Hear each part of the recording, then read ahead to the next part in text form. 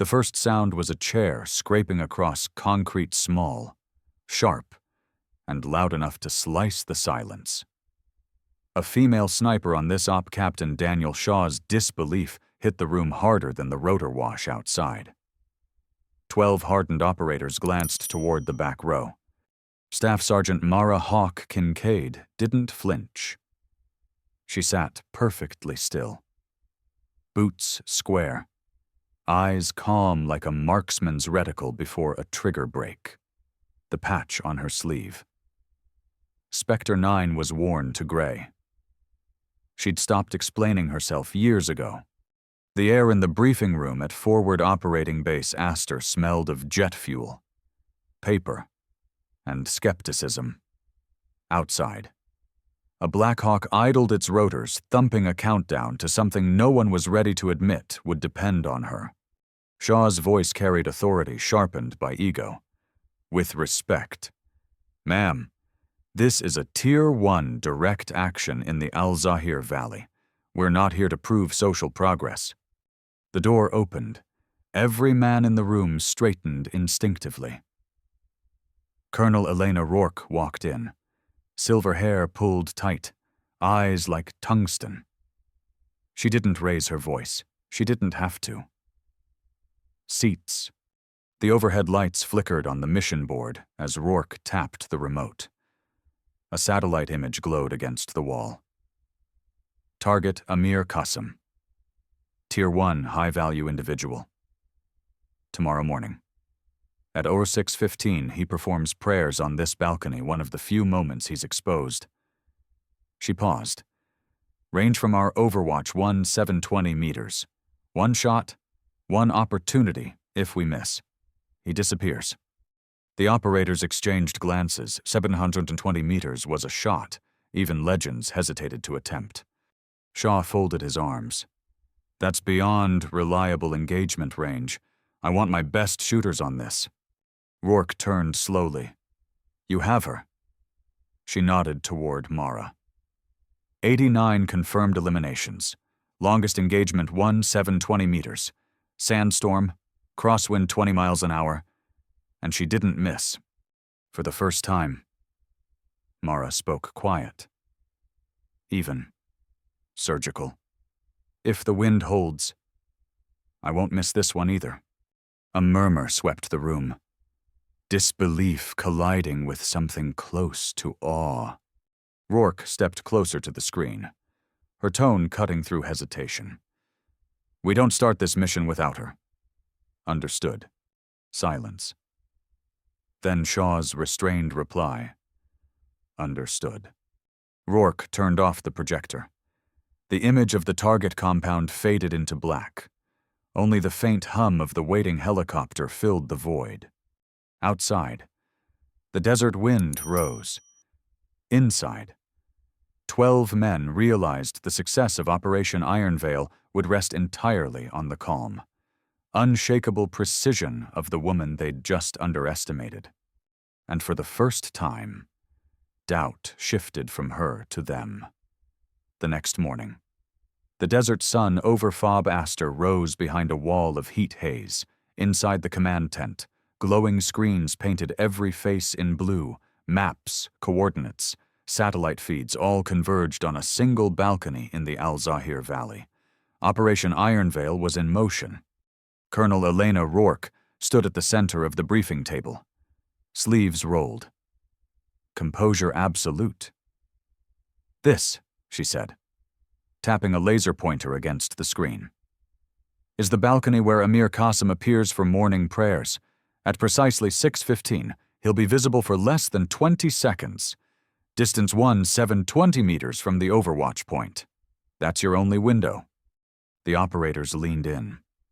The target compound looked more like a fortress, high walls, overlapping fields of fire, 4 towers, sensors along the perimeter, no easy way in, and only one way to end it. Captain Shaw crossed his arms. We breach after her shot. Extraction windows tight. What about the wind conditions? Rourke switched slides. Average 15 to 18 miles per hour. Variable gusts. Thermal distortion after sunrise. She'll have to adjust for both. Mara Kincaid listened from her seat. Face unreadable. She'd already been running the math in her head since midnight spin drift. Barometric pressure, drop rate, humidity. She knew the rhythm of wind, like others knew prayer. "Staff Sergeant Kincaid," Rourke said. "Give them your read." Mara stood, calm, clear. No dramatics. "I'll be positioned on elevated ground, 1.72 kilometers from the balcony. Line of sight's clear. Wind's my biggest variable, not distance. I'll take a first reading before dawn. One shot, center mass, no follow-up unless required." No one spoke for a moment. Then Shaw broke the silence. "You've done this range before?" "Twice," Mara replied. "Once in Kandahar, once in Basra, both in storms worse than this." That silenced him. Even Sergeant Vega, Shaw's second-in-command, nodded with quiet respect. Rourke ended the briefing. Insertion at Oro 200 hours via Black Hawk. Assault team stages 400 meters from target. Kincaid sets up overwatch, if her shot confirms. You breach, if not. Mission aborts. Understood. Every man answered. Understood. Rourke looked directly at Mara. "Everything depends on that one trigger pull."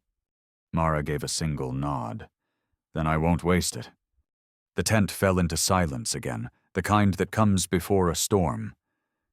Outside, the blades of the MH-60M began to turn, dust rising like fog. Somewhere beyond the horizon, Amir Qasim was preparing for dawn prayers, and somewhere in that heat, a sniper was already calculating the exact breath she'd take before changing the course of the mission. The shot that would decide the mission began long before sunrise. Staff Sergeant Mara Hawke Kincaid lay prone inside the remnants of a crumbled stone structure overlooking the Al-Zahir Valley. The world around her was still, except for the soft hum of electronics and the wind whispering through the rifle barrel. Her Macmillan TAC-50 rested perfectly level. Bipod sunk into packed earth. Every movement was deliberate, every breath measured, through her Schmidt and Bender PM2 scope. The target compound glimmered faintly 1,720 meters away.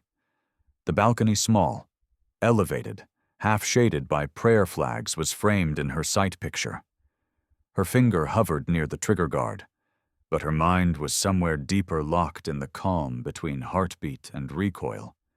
Behind her, CPLL Eli Novak, her spotter, whispered data, wind steady at 16 east, gusts to 20, mirage layer dense at lower third. Mara adjusted one click left. Noted. Back at the valley floor. Captain Shaw's assault element crouched in silence, checking gear under low red light.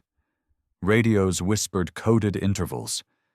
Every man knew they didn't move until the woman 1.7 kilometers away said the word. At 0610, movement flickered through Mara's scope. Shadows guard cycling through morning routines. Rifles slung. Unaware. The sun crept higher, turning dust into gold mist. "Target area active," Mara murmured. Rourke's voice crackled in her earpiece from command copy. "You are cleared to engage when target appears." The clock ticked toward 0615. Her breathing slowed. Wind drift changed by a single degree. She felt it through her cheek before the sensor caught it. She adjusted hold 3 mils left. Half mil up. 5 seconds, Novak whispered. The balcony door opened. Amir Qasim stepped out. Shawl draped, head bowed. He knelt on a small rug and turned east. 2 guards stood behind him, scanning the courtyard. Mara's voice dropped to a whisper only she could hear. Target acquired. Time stretched. Her breathing became rhythm, her pulse a metronome. She exhaled halfway and stopped.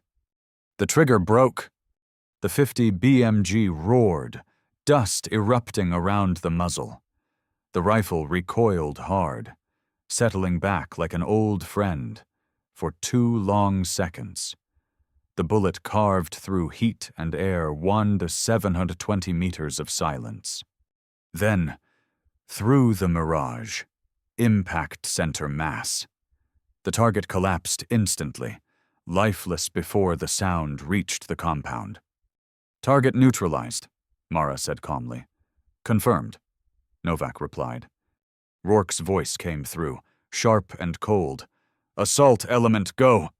Shaw's team moved like unleashed steel charges planted, gates breached, rooms cleared with brutal precision inside the compound. Confusion erupted. By the time the first guard realized what happened, the Americans were already inside, from her scope. Mara watched chaos unfold, doors kicked open, flashes of light, shapes moving through smoke. She didn't smile. She simply tracked the field, scanning for counterfire, ready for the next shot if needed. "Down below," Shaw reported. "Objective secure, intel recovered." Rourke replied. "Good work, begin exfil." Static cut her off. Novak frowned. "Ma'am? New movement. Northeast ridge. Multiple signatures fast." Mara adjusted her scope. Zooming out, dust trails, dozens of them. Pickup trucks kicking up clouds of tan dirt. Fighters' reinforcements heading straight for the compound. She toggled the radio. "Overwatch to command hostiles inbound, 20+ advancing from ridgeline, ETA 10 minutes. Rourke's tone hardened. "Copy that. Hold position. Delay them as long as you can." Mara chambered another round, eyes narrowing through the glass. Her voice came low, even, steady, same as before the first shot. "Then I guess we're not done yet." The wind rose again, carrying the faint echo of rotors in the distance. And for the first time that morning, the hunter became the line between survival and annihilation. The first bullet had ended the mission. The next would decide who survived it. Dust rolled off the Al-Zahir Ridge as Staff Sergeant Mara Hawke Kincaid reloaded the TAC-50, her fingers steady despite the distant rumble of engines, through her scope. She watched pickup trucks packed with armed fighters snaking down the Valley Road 30, maybe more. Reinforcements. Too many. Too close. "Overwatch to command." She called, voice calm, clipped. "Hostiles advancing from Northeast Ridge, estimated 24+, ETA 8 minutes. Copy, Overwatch." Colonel Rourke's voice came back. "Captain Shaw, accelerate extraction. Kincaid, delay their advance. You're our shield." Novak's hands trembled slightly as he fed fresh rounds into the magazine. "That's a lot of targets for one rifle." "Ma'am." Mara's eye stayed fixed to the glass. "Good thing I don't miss." Down at the compound, Captain Shaw and his men moved fast, stuffing hard drives, documents, and maps into packs. "Move. Move. We're sitting in a hornet's nest." He looked skyward at the faint rumble of approaching Blackhawks. "Birds inbound in 5. We hold till Hawke says clear." Mara adjusted windage gusts, shifting hard right now. 18 to 22. Her breathing slowed. She found the lead truck's gunner young, screaming something into a radio, waving his men forward. One breath in, half out. The shot cracked, echoing off the cliffs. The gunner's body folded before the echo reached him. "Target 1 down," Novak murmured. "Shift to vehicle 2. Another breath, another crack. The second truck swerved, slamming into a ditch, smoke rising. Fighters scrambled for cover, but at 720 meters, cover was only a delay. Within minutes, Mara's precision had turned the valley into confusion. Each round found a command voice, a heavy weapon, a man with a radio. The rest began to crawl instead of charge. She was cutting the head off every serpent before it reached the strike. "Overwatch. Shaw called through static. "Your fire's having serious effect. Hostiles disorganized. We're prepping to lift." "Copy," Mara said. "Keep your exit clean. I'll watch your backs." The dust grew thicker. Wind louder. Heat waves danced through the scope, blurring edges. Mara blinked once to clear the sting. Her trigger finger ached, but she ignored it. She wasn't counting rounds anymore, just seconds. 5 minutes to extract, Novak warned. She found one last cluster of fighters rallying near a burned truck, the leader shouting orders through a megaphone. She exhaled, sent a single round through the plastic cone and the man behind it. The voice went silent. The fighters scattered. From below came Shaw's voice. "Triumphant compound clear. Boarding helos now." Mara nodded, lowering her cheek from the stock. The hard part was over, or so it should have been. Then Novak stiffened. "Ma'am, look west."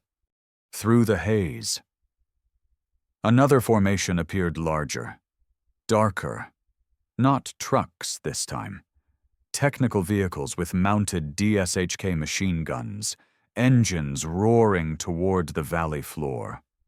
Rourke's voice crackled through comms. "Overwatch. Status." Mara's answer came low, almost to herself. "New targets. Heavier weapons. They're not retreating. They're hunting." She cycled the bolt, locked in another magazine, and took position again. "This just turned into round 2, she said quietly, eyes narrowing on the advancing shadows. And somewhere below, Shaw's helicopter blades began to spin, the sound of rescue fighting against the storm closing in. The years blurred into sand and silence. The war changed, the names changed, but the sound of a single, steady breath before a trigger pull never did. Staff Sergeant Mara Hawke Kincaid was no longer in the valley or behind a scope. She stood now in a quiet classroom at the Army Sniper School, her posture still precise, her tone calm and measured. Dozens of new recruits sat before her, some nervous, some confident, all silent. A few of them were women, and Mara saw in their eyes the same mix of defiance and doubt she'd carried into her first briefing at FOB Astor. She spoke without ceremony. "You're here because someone believes you might be able to do this job. But belief isn't enough. Skill isn't enough. Out there, it's about discipline, precision under pressure, judgment when everything collapses, and knowing that one mistake can cost a team their lives." She paused, letting the weight of it settle. "I've made shots under impossible conditions 720 meters, crosswind, heat distortion, targets that could vanish in a blink. But what I remember most isn't the kills. It's the silence before them. The discipline to stay calm when everyone else breaks." A young student raised her hand. "Ma'am, what's the hardest part of being a sniper?" Mara looked at her for a long moment. "It's not the distance," she said quietly. "It's the doubt. The noise that says you don't belong, that you're not capable. Every soldier fights that at least once. You silence it by performing, by doing your job so well that no one can argue with the results." On the wall behind her hung a framed patch, Spectre 9 edges frayed, colors nearly gone. Below it, a small brass plaque read, "Operation Ironveil, 720 meters. One shot. One mission." As the class ended, Colonel Rourke, now retired, visiting, stood in the doorway, still teaching them how to change people's minds. "I see," she said. Mara smiled faintly. "Not their minds." She replied, "Their standards." She turned back to the recruits. "Remember this, the mission doesn't care who you are. It only cares if you can deliver. You earn trust, one shot at a time. Outside, the wind carried faint echoes of rotor blades and desert air, the ghosts of old missions fading into the distance.